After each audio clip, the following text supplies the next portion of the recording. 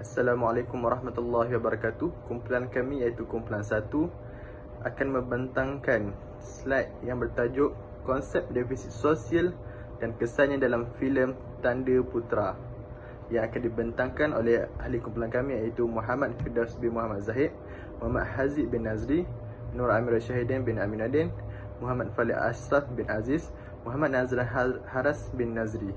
Pengenalan defisit sosial. Defisit sosial bermaksud kekurangan dalam konteks sosial yang memerlukan usaha penyatu paduan yang berterusan untuk meningkatkan tahap kesepaduan sosial.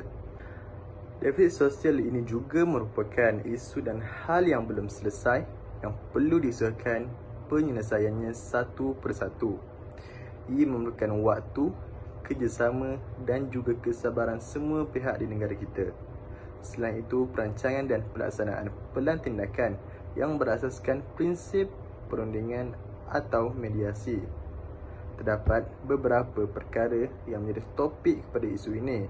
Antara sebab terjadinya defisit sosial adalah jurang perbezaan persepsi dan pendapat dalam kelompok yang berbeza bermula dengan individu, keluarga, agama dan masyarakat.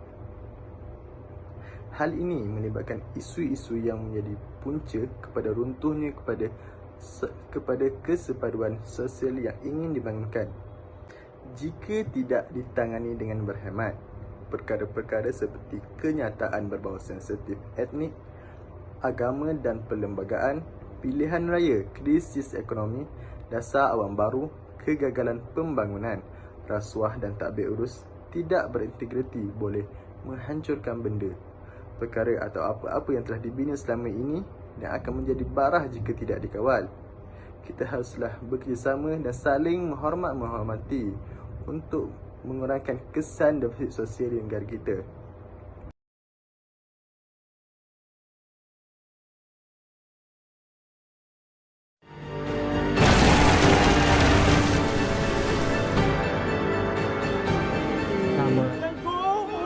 So democracy is dead in this country. You go to hell. Kita pertahankan negara dan menegakkan undang-undang. This is a democratic country and we are now in emergency. We have communists, we have radical subversive elements. You will follow the curfew rules.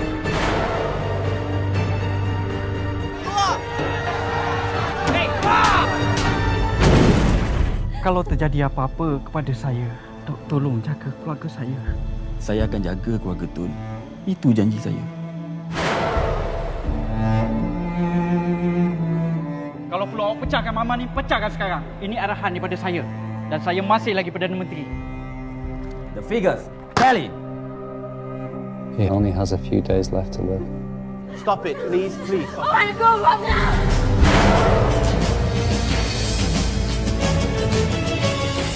Masa depan negara di tangan kita. Biar kita bangunkan dengan cara kita sendiri. You are the Prime Minister.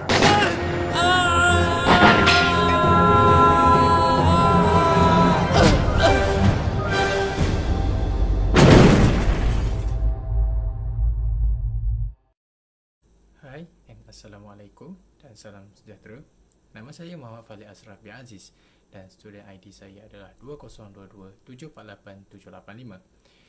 Okey, seperti mana anda yang dapat lihat sebentar tadi adalah sedotan filem daripada Tanda Putera 2013 yang memaparkan adegan-adegan perpecahan kaum di Malaysia.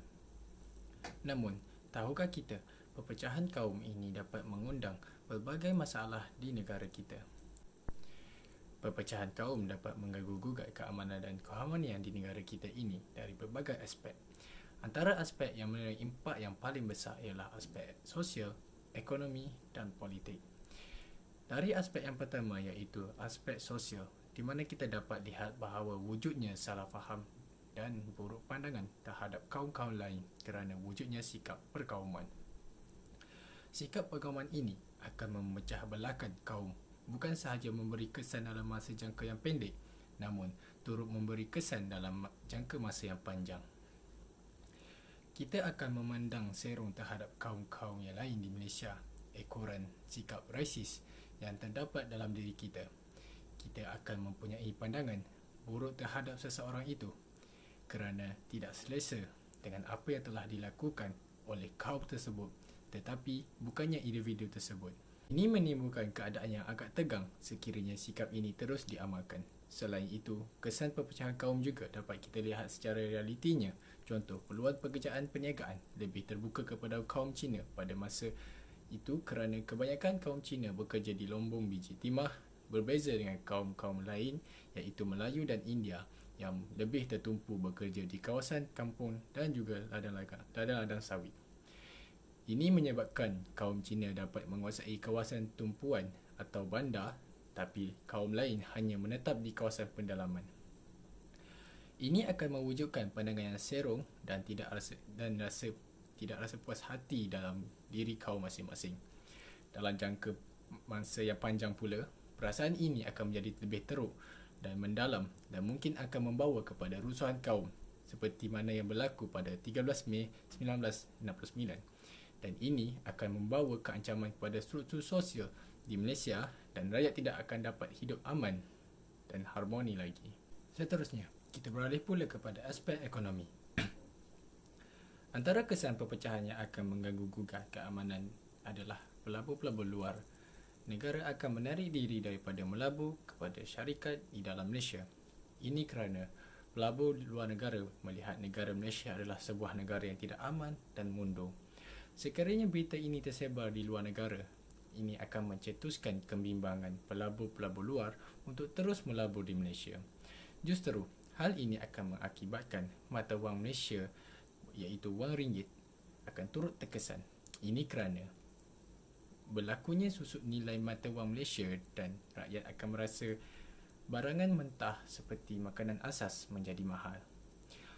Keruntuhan struktur sosial di Malaysia akan mengakibatkan aktiviti ekonomi tidak dapat berjalan dengan lancar dan juga mungkin lebih teruk berhenti dengan serta-merta. Hal ini akan mengakibatkan negara mengalami kerugian atau defisit di mana pembelanjaan melebihi pendapatan. Antara sebabnya adalah apabila berlaku rusuhan kaum, kerajaan terpaksa membelanjakan banyak wang ringgit untuk membaiki kerosakan akibat rusuhan kaum seperti mana yang kita dapat lihat pada tanggal 13 Mei 1969. Dan akhir sekali, iaitu dari segi politik. Kerajaan terpaksa merangka semula dasar kerajaan baru, misalnya dasar ekonomi baru yang dilancarkan oleh Perdana Menteri kedua kita iaitu Tun Abdul Razak. Dasar ekonomi baru merupakan satu bentuk perancangan yang dilancarkan oleh kerajaan dalam tahun 1970 melalui Rancangan Malaysia Kedua. Matlamat utamanya adalah perpaduan negara. Selain itu, bertujuan untuk menyusun semula ketidakseimbangan sosioekonomi yang wujud di negara kita ini. Ketegangan antara golongan yang berharta dan tidak berharta adalah berpunca daripada isu kemiskinan. Didapati bahawa orang Melayu lebih banyak menghadapi kemiskinan berbanding kaum-kaum yang lain. Didapati juga orang Melayu masih jauh ketinggalan dan kurang mampu bersaing dengan kaum-kaum lain walaupun Malaysia pada masa itu mengalami pertumbuhan ekonomi yang baik. Hal ini disedari oleh Perdana Menteri Malaysia kita pada ketika itu dan hal ini menyebabkan berlaku sikap cemburu antara kaum. Kesimpulannya, taraf kekayaan dan juga kemiskinan merupakan salah satu faktor yang dapat menyebabkan berlakunya permusuhan kaum. Namun, hal ini disebabkan oleh sikap diri sendiri yang memilih warna kulit dalam semua aspek. Dalam hal ini, sesebuah kaum dapat mengeksploitasi dalam satu bidang tersebut dan tidak membuka ruang kepada bangsa lain untuk bersaing secara tidak langsung dapat meningkatkan lagi ekonomi negara kita ini. Sehubungan itu juga, defisit sosial yang berlaku di negara kita pada satu ketika dulu hanyalah mendatangkan keburukan dan menyebabkan negara luar memandang Malaysia ini adalah sebuah negara yang lemah. Selain itu, parti politik yang dipimpin oleh bangsa mereka sendiri sewajarnya memperjuangkan hak kaum masing-masing.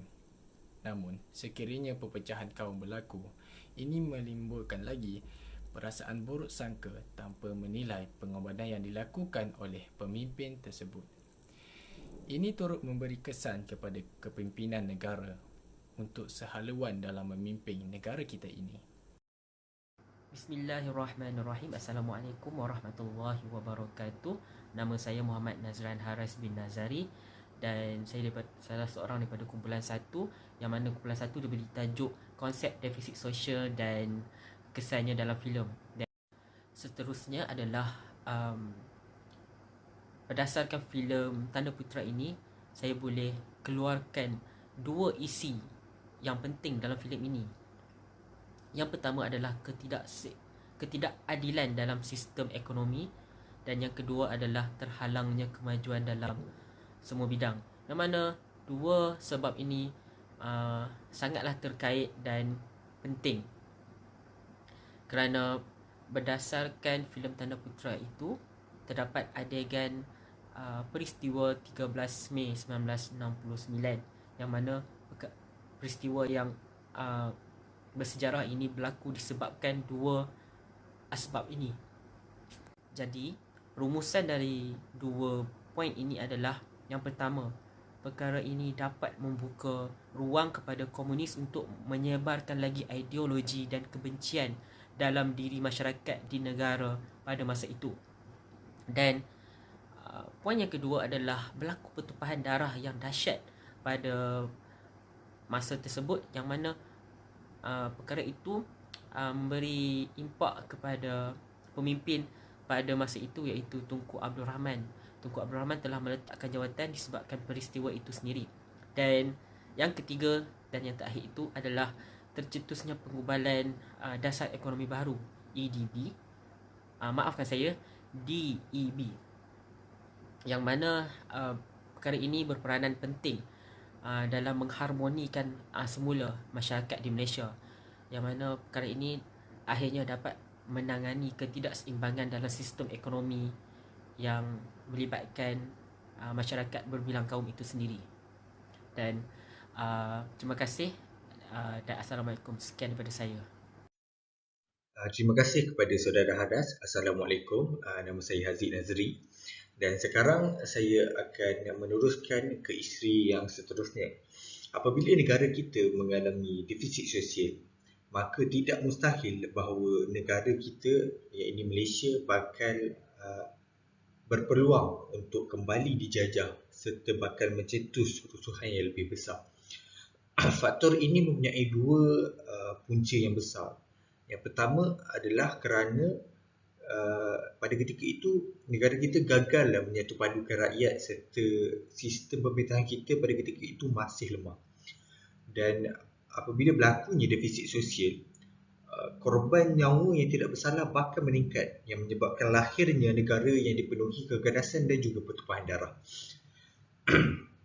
Untuk faktor yang pertama, apabila kita gagal menyatupadukan rakyat serta sistem pemerintahan yang lemah, apabila berlakunya defisit sosial, maka pihak luar ataupun negara luar ataupun pihak British bakal memandang bahawa negara Malaysia ini adalah sebuah negara yang lemah. Ini kerana apabila berlakunya rusuhan, apabila berlakunya insiden 13 Mei 1999, maafkan saya, 1969. Dan pada ketika itu wartawan negara luar mula menyebarkan cerita tentang apa yang berlaku di Malaysia, seperti gambar yang saya ambil daripada filem Tanda Putera menunjukkan sebuah akhbar yang menunjukkan berlakunya pertumpahan darah di Kuala Lumpur. Dan jika pihak luar ataupun pihak British sendiri membaca akhbar tersebut, maka mereka akan merasakan bahawa Malaysia kini sedang berada dalam keadaan darurat. Maka ia akan menjadi satu tanda bahawa mereka mampu untuk menjajah kembali Malaysia, kerana mereka melihat bahawa Malaysia ini sebuah negara yang lemah yang tak mampu menangani sebuah isu yang berlaku pada ketika itu. Dan disebabkan defisit sosial juga berlakunya pemberontakan komunis. Untuk faktor ini, mungkin kita tidak mampu untuk menyalahkan sesiapa, tapi disebabkan berlakunya defisit sosial, maka pihak-pihak komunis merasa bahawa mereka mempunyai hak yang lebih besar di Malaysia dan menyebabkan mereka mula memberontak. Jadi di situ menunjukkan bahawa kurangnya ataupun rendahnya nilai perpaduan rakyat Malaysia pada ketika itu. Dan disebabkan pemberontakan komunis itu, berlakulah rusuhan kaum pada 13 Mei 1969. Tetapi walaupun berlaku rusuhan kaum, pada ketika itu kepimpinan Malaysia masih lagi tidak mampu untuk menangani isu tersebut yang menyebabkan ianya berlarutan, yang menjadi sebuah isu yang sangat besar sehingga ia menjadi satu sejarah untuk kita pada hari ini.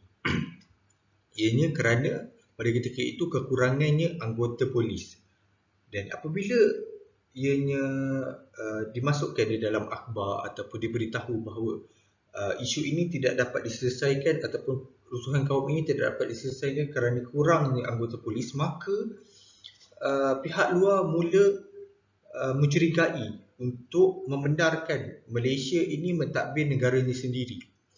Jadi mereka kemungkinan mempunyai rasa bahawa Malaysia ini perlu dijajah kembali. Dan disebabkan pemerintahan pada ketika itu masih lagi lemah, mereka tidak mampu untuk menyediakan anggota polis yang cukup untuk menangani isu perkauman pada tahun 1969 ini.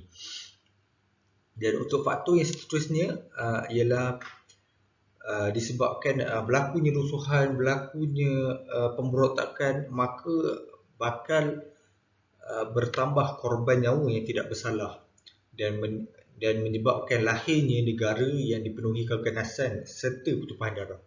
Inilah kesan ataupun efek daripada berlakunya defisit sosial pada ketika itu. Dan ini menunjukkan jikalau ditengok pada gambar yang saya ambil daripada filem Tanda Putera, ia menunjukkan kejadian ataupun korban nyawa yang berlaku pada insiden 13 Mei itu, menunjukkan bahawa 190 orang disahkan meninggal dunia dan mempunyai 500 mayat yang masih lagi tidak dikenal pasti pada ketika itu. Dan masih lagi sama, ianya disebabkan oleh pemberontakan komunis. Pada ketika itu berlakunya defisit sosial, perbelahan antara kaum, kurangnya perpaduan antara sesama rakyat Malaysia atau walaupun berbilang kaum, tetapi perpaduan itu sendiri tiada. Dan akhir sekali, seperti yang saya katakan tadi, banyak korban nyawa yang tidak bersalah. Dan pada ketika ini juga mempunyai satu isu bahawa pihak British ataupun wartawan British pada ketika itu mula menokok tambah cerita yang mengatakan bahawa disebabkan insiden 13 Mei ini menyebabkan 2,000 kematian nyawa yang tidak bersalah. Disebabkan itu mereka mula menambah-nambah cerita supaya pihak British merasa yakin yang Malaysia ini adalah sebuah negara yang dipenuhi keganasan serta tumpuk pemerintahan yang lemah, yang menyebabkan mereka yakin bahawa mereka perlu untuk menjajah kembali tanah Melayu ataupun menjajah kembali Malaysia ini menjadi sebuah tanah jajahan mereka. Tapi pada ketika itu Perdana Menteri kedua kita memberikan penjelasan yang jelas bahawa pada hakikatnya hanya 196 orang yang meninggal dunia dan 500 mayat masih lagi tidak dikenal pasti. Itu saja daripada saya. Kita teruskan dengan sahabat saya, Encik Daus. Sekian, terima kasih. Assalamualaikum dan salam sejahtera. Baiklah, kita telah pun mendengar pembentangan daripada Saudara Hazid. Dan sekarang saya, Muhammad Firdaus bin Muhammad Zahid, akan meneruskan sesi perbincangan kita dengan menyatakan kesan defisit sosial berdasarkan filem Tanda Putra, iaitu kesan yang terakhir ialah melahirkan masyarakat yang mementingkan diri, tiada rasa kasih sayang serta tidak menghormati perlembagaan negara. Okey, jika kita tonton filem tersebut daripada awal hingga pertengahan filem, banyak memaparkan pergaduhan antara orang Melayu dan orang Cina khususnya. Dan menurut data rasmi yang telah kami peroleh daripada laman seseorang rasmi Polis Diraja Malaysia, mencatatkan sebanyak 196 kematian, 439 kecederaan dan juga 39 orang telah hilang semasa peristiwa rusuhan kaum tersebut. Data ini adalah amat besar dan bilangan-bilangan kematian, kecederaan dan juga kehilangan ini adalah juga amat besar ya bagi pihak kami. Kita dapat lihat bagaimana dalam filem ini berjaya menggambarkan masyarakat kita sudah tidak ada rasa hormat kepada kaum lain. Kita sanggup membunuh, memukul dan menyeksa rakan-rakan kita yang datang daripada pelbagai bangsa. Baiklah, selain daripada itu, kita dapat lihat dengan wujudnya peristiwa 13 Mei 1999 ini telah menyebabkan perlembagaan persekutuan itu telah dicabuli oleh segenap masyarakat. Hal ini adalah kerana rasa tidak puas hati antara kaum tentang pembahagian ekonomi, sedangkan di dalam perlembagaan persekutuan telah menyatakan keistimewaan orang Melayu dalam pelbagai bidang. Justru sentimen-sentimen perkauman yang tidak berpuas hati ini telah ditiupkan untuk menyemarakkan lagi api perkauman di negara kita. Justru kami berharap agar peristiwa ini tidak akan berulang pada masa akan datang. Baiklah, kita akan pergi ke slide seterusnya, iaitu penutup. Okey. Baiklah. Kesimpulan yang kami dapat nyatakan di sini ialah defisit sosial yang wujud dalam kalangan masyarakat berbilang kaum ini tidak menguntung sedikit pun kepada mana-mana pihak, baik pihak masyarakat itu sendiri ataupun pihak pemerintah, kerana ini akan menggugat keamanan dan kestabilan negara kita. Baiklah, pertumpahan darah, kecederaan serta huru-hara yang berlaku ni hingga menyebabkan situasi darurat telah diisytiharkan akan memberi kesan juga kepada ekonomi dan juga pembangunan negara. Justru kerajaan telah pun mengambil pelbagai langkah untuk menyatupadukan rakyat sejak kemerdekaan negara kita dicapai.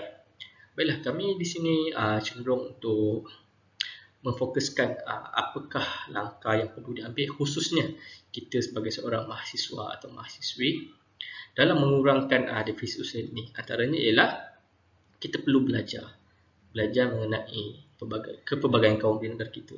Kita perlu lebih menghormati kaum-kaum lain. Di samping itu, kita perlulah menerapkan dalam diri kita nilai-nilai untuk menyayangi dan juga menghormati bangsa lain di negara kita. Walaupun kita di UiTM adalah hanya warga Melayu dan juga Bumi Putera sahaja, tetapi jika di luar satu masa nanti kita akan berhadapan dengan masyarakat yang sebenar yang datang daripada pelbagai lapisan kaum. Selain itu, apabila kita sudah berkeluarga, kita haruslah mendidik anak-anak kita untuk menghormati bangsa lain. Sayangkan mereka sebagaimana kita menyayangi rakan-rakan seagama dan juga sebangsa dengan kita. Baiklah, saya rasa itu saja untuk sesi pembentangan daripada pihak saya dan alhamdulillah, semoga kita bertemu lagi pada sesi yang lain yang akan datang. Terima kasih.